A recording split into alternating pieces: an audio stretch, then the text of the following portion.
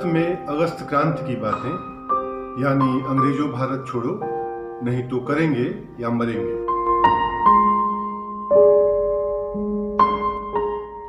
Fukuyama के कह देने मात्र से इतिहास मर नहीं गया और न ही बोद्रिया के कह देने भर से वह अपनी कक्षा से ही छिटक कर कहीं और चला गया। औपनिवेशिक दास्तां से भारत की मुक्ति की कोशिशें 1857 से चलकर 1942 होते हुए 1947 तक पहुंचती हैं, तो यहाँ आकर जनता की मुक्ति की लड़ाइयों को एक अंत मिलता है, लेकिन आकांक्षाओं को नहीं। और इतिहास की धुरी, कक्षा, प्रयोगशाला जो कहें, हमेशा से तो जनता ही रही है और आज भी है। 1857 से हजारों वर्ष पूर्व भी और उसके बाद 1942 में भी, 1947 में भी और आज 2020 में भी। चूंकि 1942 की अगस्त क्रांति के अभी 80 वर्ष हुए हैं, तो इतिहास के मर जाने और भटक जाने की अशालीन टिप्पणियों से आगे बढ़ते हैं और इस पर विचार करते हैं कि 1942 में हुआ भारत छोड़ो आंदोलन महज 75-76 वर्षों में ही अंग्रेजों भारत आओ के बेशर्म समर्पण में कैसे तब्दील हो गया। उस समय जिन युवाओं ने जहां तहां इस आंदोलन का स्वतः स्फूर्त ढंग से नेतृत्व किया, किसानों ने बागडोर संभाली, मजदूरों ने काम ठप कर दिया, स्त्रियां सड़कों पर निकली, उन समूहों की आज क्या स्थिति है। मुक्त अर्थव्यवस्था की खुली लूट और कारपोरेट पूंजी, कंपनियों और कारपोरेट घरानों के वर्चस्व के खुले खेल में चुनी हुई सरकारों को न कुछ कर देने की साजिशी समय और सरकारों के हाहाकारी समर्पण के दौर में 1942 की स्मृतियां परिवर्तित रूप में करेंगे या मरेंगे से आगे निकलकर लड़ेंगे और जीतेंगे की इबारतें लिखेंगी कि नहीं, यह तो मुझे ठीक ठीक पता नहीं। अंतःकरण के आयतन के संक्षिप्तीकरण के दौर में इन तमाम अनुदारताओं के लिए ललित ललाम कोमलकांत पदबंधीकरण के दौर में मुझे ठीक ठीक पता नहीं कि 1942 पर बात करें तो 1857 तक जाएं कि नहीं। मुझे ठीक ठीक यह भी नहीं पता कि 1942 पर बात करें तो फुकुयामा और बोद्रिया की कुछ गैर जरूरी टिप्पणियों में जाऊं या नहीं, कि विश्व समाजवाद के दौर में किसी भी इतिहास को मध्यवर्गीय बोझ का ही इतिहास कह दूं या नहीं, क्योंकि 1942 का पूरा आंदोलन अपने स्वरूप में इतिहासों को दर्ज करता है, किसी एक इतिहास को, संपूर्ण और अंतिम इतिहास को नहीं। इन समग्र संदर्भों को खंगालने के क्रम में बार बार 1857 तक जाने की इच्छा और मजबूरी इन अर्थों में मेरे सामने है कि मुझे लगता है कि इतिहास ने भी और मनुष्यता ने भी अपनी संवेदना का दायरा थोड़ा बढ़ा लिया है, और जाहिर है कि हमने अपने अध्ययन का भी। अब वह इतिहासों पर फोकस कर सकता है, वरना क्या कारण है कि 1857 से लेकर लगभग 1920-22 तक हिंदी की तमाम पत्र पत्रिकाएं 1857 के मुक्ति संघर्षों को कुपथ, कुमारक और भूल के समय के रूप में व्याख्यायित करती रहीं, जबकि हिंदी भाषी क्षेत्र के उसी बिहार में 42 का आंदोलन सर्वाधिक तीव्र रहा था। बहरहाल हम लोग 1942 की अगस्त क्रांति के कुछ संदर्भों को समझ रहे थे, जिनमें एक महत्वपूर्ण फिनोमिना यह भी है कि उस समग्र आंदोलन का कोई एक नायक नहीं था, कोई एक महानायक नहीं था, कोई एक नेतृत्वकर्ता नहीं था, कोई एक केंद्रित व्यक्तित्व नहीं था। 1857 में जिन 6-7 नायकों को उस महाविद्रोह का पैटर्न मानते हुए हम पूरी लड़ाई को असंतुष्ट जमींदारों की लड़ाई कहकर तोहमतें लगाते हैं, लेकिन 1942 में जब प्रत्येक भारतीय अपना मार्गदर्शक बना, तब भी हम यहाँ यह कहते हैं कि इतिहास ने अपनी संवेदना का दायरा बढ़ाया है। तो हम इसे ऐसे क्यों नहीं देखते कि मध्यवर्गीय इतिहास अब जन इतिहासों तक की यात्रा तय कर रहे हैं। 1857 से 1942 तक की यात्रा को हम क्या इस रूप में देख सकते हैं? इतिहास के अंतः की अशालीन एवं बेवकूफाना टिप्पणियां, इतिहास के अंत की अशालीन एवं बेवकूफाना टिप्पणियां इतिहासों के इन उभारों को क्यों नहीं देख पाती? दरअसल जब हम 1942 के रूबरू होते हैं तो किन सवालों के साथ? 42 कैसे प्रासंगिक है हमारे लिए? नई आर्थिक नीति और वाशिंगटन आम राय के तहत नव उदारवाद, नव औपनिवेशिक और कारपोरेट साम्राज्यवाद के अप्रतिम लालची और हिंसक विस्तार के दौर में, दक्षिणपंथी राजनीति के उन्मादी दौर में किसान छात्र अल्पसंख्यकों, स्त्रियों, आदिवासियों, शोषितों, वंचितों के हास्याकरण के दौर में, मनुष्यता के छीजन और संवेदनाओं के संकुचन के दौर में जैसा भारत बना है और जैसा बन रहा है, उसमें 42 प्रासंगिक है और इतने वर्षों के बाद भी निश्चित ही उसके कुछ गहरे निहितार्थ तो हैं ही। और बेशक उसके निहितार्थों में इस आंदोलन के नायकत्व से बेदखल लेकिन सबसे बड़े प्रेरक महात्मा गांधी भी हैं और उनका चंपारण सत्याग्रह भी। चंपारण सत्याग्रह जो मूलतः किसानों का आंदोलन था, उसके 100 साल हुए। चंपारण सत्याग्रह जो मूलतः किसानों का आंदोलन था, उसके 100 साल हुए अभी। और उस आंदोलन की शताब्दी में सत्ता और तमाम सरकारें किसानों की ऋणग्रस्तता, भूखमरी और आत्महत्याओं को हठयोग की एक मुद्रा बनाए स्थित प्रज्ञता में बस निहार रही है। सवाल यह तो है ही कि 1942 हमारे किन रूपों में उपस्थित है। बिल्कुल, यह बड़ा मौजूद सवाल है कि 1942 हमारे सामने आज किन रूपों में उपस्थित है। सवाल यह भी है कि हम 1942 के सामने किन सवालों को लेकर जाते हैं। क्या हम 1942 के अध्ययन को टुकड़ों टुकड़ों में ही संभव कर सकते हैं या उसके सांगोपांग इतिहास का हर्फ दर हर्फ भी दर्ज कर सकते हैं? यानी क्या हम आंशिक इतिहास से आगे निकलकर 1942 का कोई संपूर्ण इतिहास लिख सकते हैं या समग्रता के तमाम दावों के बावजूद, लाख लाख दावों के बावजूद, वह आंशिक इतिहास ही होगा। 1857 के अध्ययन तो हमें यही बताते हैं, लेकिन हर बार यही होता रहेगा क्या? लगभग हर बार यही होता रहा है कि हम कुछ घटनाएं दर्ज कर लेते हैं और इतिहास को उन्हीं शिखरों से परिभाषित करने लगते हैं।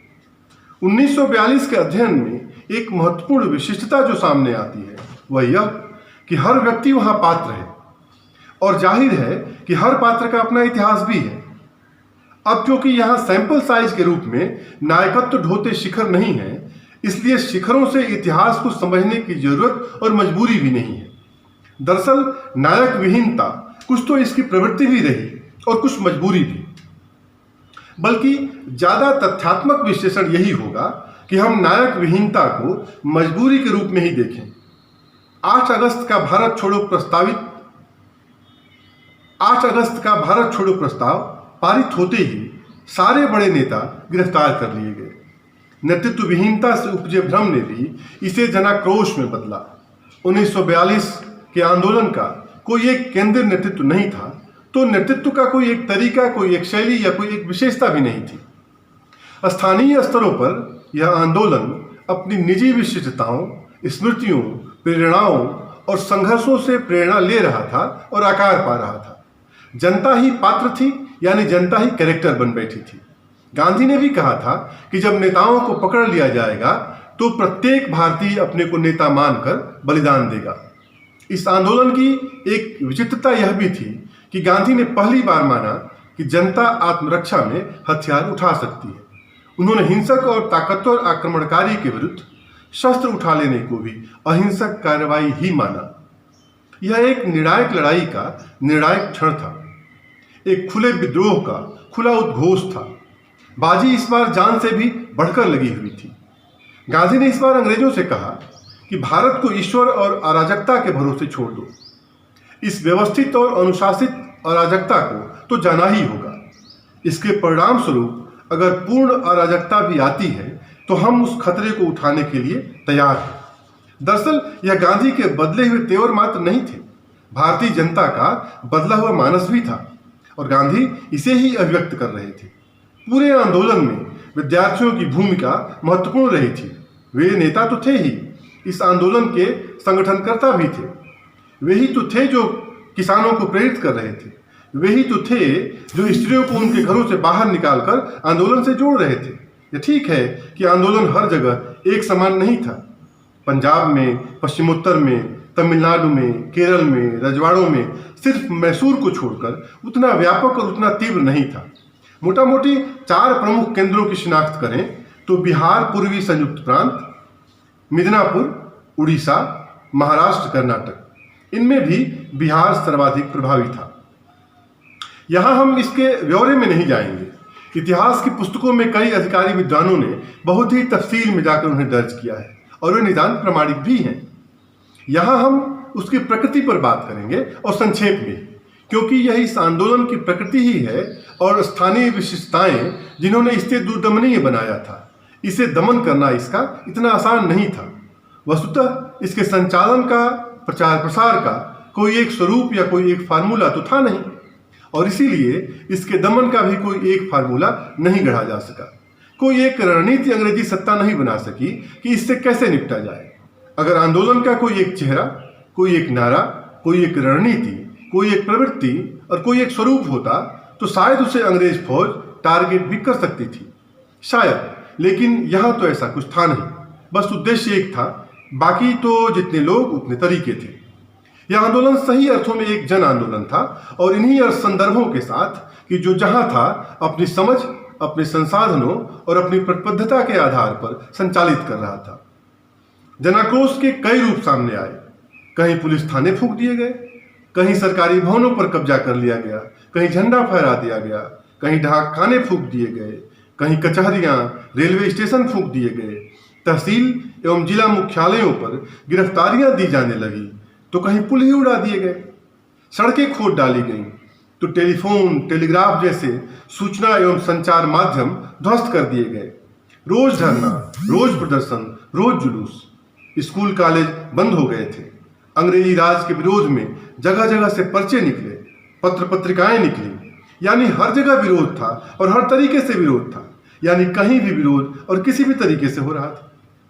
सन 1942 के उस अभूतपूर्व जन-उभार ने ब्रिटिश साम्राज्यवादी सत्ता के खिलाफ काफी बड़ा संकट उत्पन्न कर दिया था।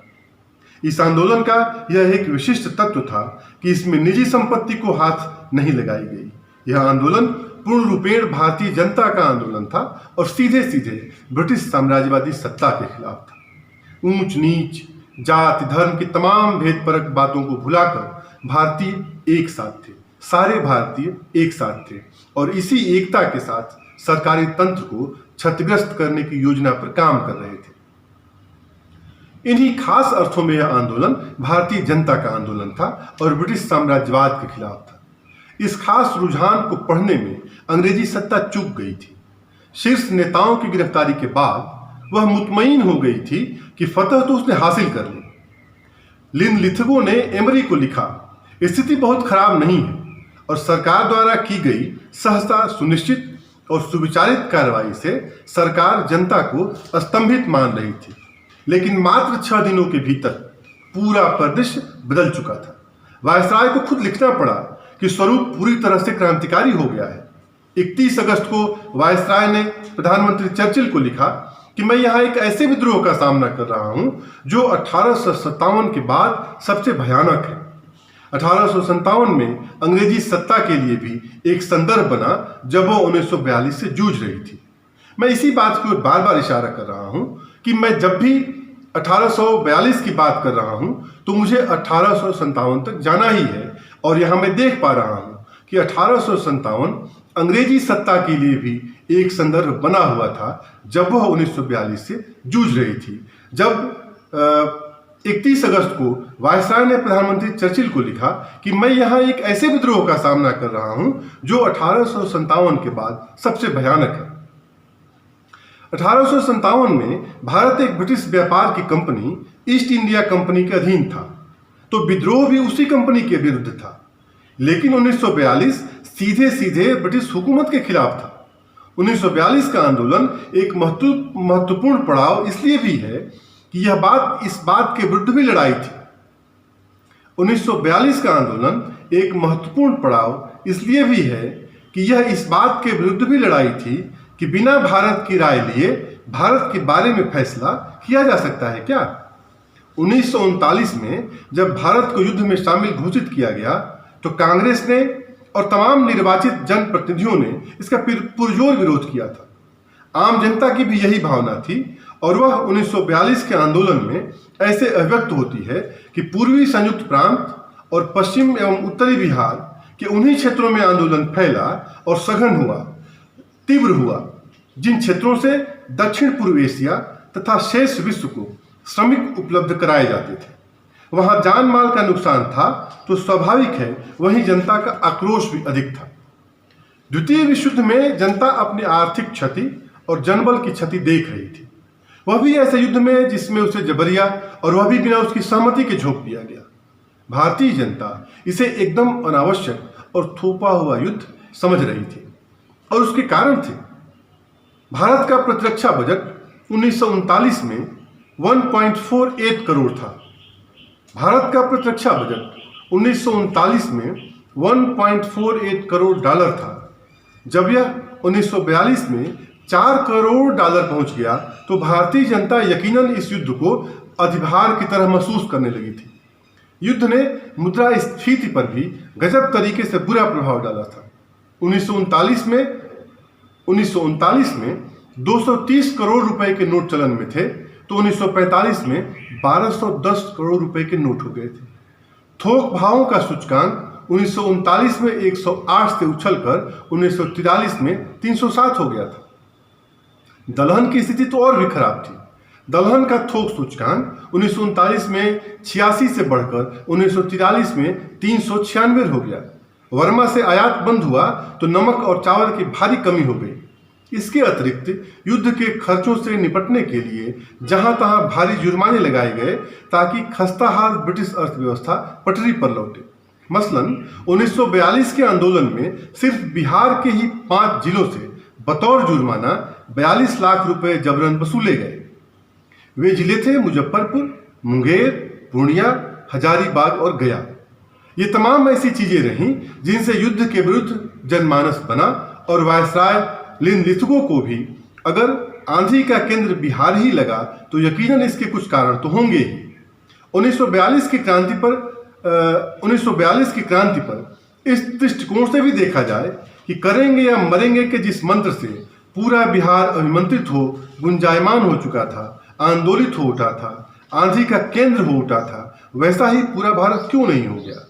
अलग से बिहार की भूमिका फिर कभी, अलग से बातें इस पर भी कि जब इस क्रांति में सारे राजनीतिक वैचारिक धड़े शामिल थे तो इसे किसी एक का आंदोलन न बनाए। किसने मुखबिरी की, किसने माफी मांगी, इतिहास में दर्ज है सब। आज की बुरी राजनीति को इतिहास पर न हावी होने दें और न इतिहास को बदला लेने का यंत्र बना दें, वरना भगत से मिलने जेल में कोई कांग्रेसी गया कि नहीं जैसे प्रहसनों में बदल जाता है इतिहास। कांग्रेस एंड द राज में मैक्स हरकोर्ट ने कहा कि 1942 का आंदोलन जरायम पेशा लोगों द्वारा या कि बिना किसी आधार वाले वंचित, शोषित और बहकाए हुए उपद्रवी तत्वों का आंदोलन नहीं था। लगभग 45% किसान शामिल थे। छात्र, आदिवासी, अल्पसंख्यक, स्त्रियां एवं अन्य कई सारे समूहों के लोग इसमें शामिल थे। राष्ट्र प्रेम की एक बड़ी राजनीतिक चेतना ने छोटी छोटी सामाजिक सिकुड़नों पर स्त्री चला दिया था। गिरवी पड़ी जमीनें कई जगहों पर गरीब किसानों को लौटा दी गई। स्त्रियों पर हो रहे सामंतिक उत्पीड़न कम हुए, दोषियों को सजाएं मिली। ठीक यह कुछ उस तरह की बात थी जैसे लाफेवेर ने फ्रांसीसी क्रांति के बारे में लिखा था कि उसमें कृषक आंदोलन, अभिजन षड्यंत्र और लुटेरों के विरुद्ध एक साथ चल रहा था। चलते चलते एक द्वंद्व पर भी टिप्पणी, वह यह कि अंग्रेजी राज के अत्याचारों से तंग आकर अधिकांश देश प्रेमी जनता इस मूड में थी कि अगर मित्र देशों की पराजय से भारत को लाभ होता है तो इस अवसर का लाभ उठाया जाए। इसके अलावा एक समूह था जो अल्पमत का समूह था, जिसमें कम्युनिस्ट थे और कांग्रेस में नेहरू जैसे लोग थे, जिनका यह मानना था कि रूस की पराजय तथा हिटलर एवं तोजो की विजय के बाद यह विश्व खतरनाक रूप से फांसीवाद के शिकंजे में होगा और जनता का जीवन दूभर हो जाएगा। और अंत में कि क्रांतियां असफल नहीं होती, इस अर्थ में और कि हर असफल क्रांति किसी सफल क्रांति की बीजगाथा लिखी देती है। 1857, 1942 और 1947 को इन्हीं अर्थों में और संदर्भों में समझने की जरूरत है। क्रांतियां घटनाएं नहीं होती, वे प्रोसेस होती हैं और चलती रहती हैं। 1942 पर हम इसलिए भी बात कर रहे हैं कि वह प्रोसेस आज भी जारी है, तो फिर बातें तो होंगी ही। 42 की आखिर कौन से कारण थे कि इसे सविनय अवज्ञा आंदोलन की तरह सस्ते में नहीं निपटा दिया गया। करेंगे या मरेंगे से लड़ेंगे जीते देंगे, करेंगे या मरेंगे से लड़ेंगे और जीतेंगे, तक की यात्रा उस प्रक्रिया का ही एक पड़ाव है और अंग्रेजों भारत आओ की चकाचौंध में अंग्रेजों भारत छोड़ो का पुनः स्मरण भी। धन्यवाद।